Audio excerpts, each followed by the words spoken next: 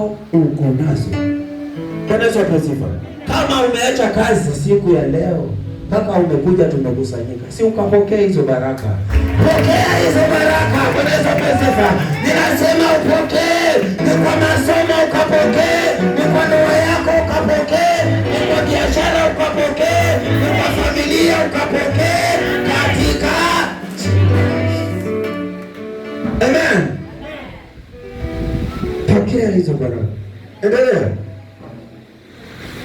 Yohana kwenu na amani zitokazo kwake yeye aliyeko na aliyekuweko na atakayekuja, na zitokazo kwa roho saba walio mbele ya kiti cha enzi. Bwana Yesu asifiwe. Amen. Si ukapokea hiyo amani. Amen. Pokea hiyo amani ili ikakujenge. Bwana Yesu asifiwe. Pokea hiyo amani. Iwe ni kijana, pokea amani. Iwe ni mama, pokea amani. Bwana Yesu asifiwe. Amen. Pokea hiyo amani. Amen. Usiangalie jana majuzi, pokea amani. Bwana Yesu asifiwe. Amen. Ili ukajengeke. Asifiwe sana Mwokozi. Amen. Hebu rudia hilo neno. Kwa yale makanisa saba yaliyoko Asia, neema na iwe kwenu na amani zitokazo kwake yeye aliyeko. Bwana Yesu asifiwe. Amen. Kama ni neema na amani, ni nini umekosa?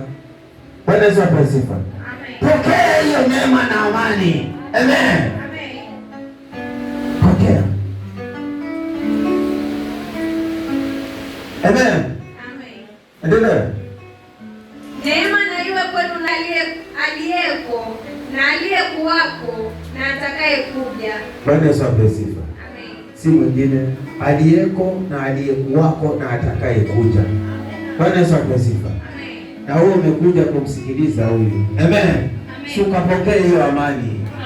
Ni kwa watoto ukapokea amani, ni kwa biashara ukapokea amani, ni kwa ajili ukapokea amani, ni kwa ndoa yako ukapokea amani, hata pale unapoishi ukapokea amani, ni kule vijijini ukapokea amani katika Biblia. Sitakuwa mrefu. Amen. Hilo neno lilikuwa milako, mkabarikiwe sana.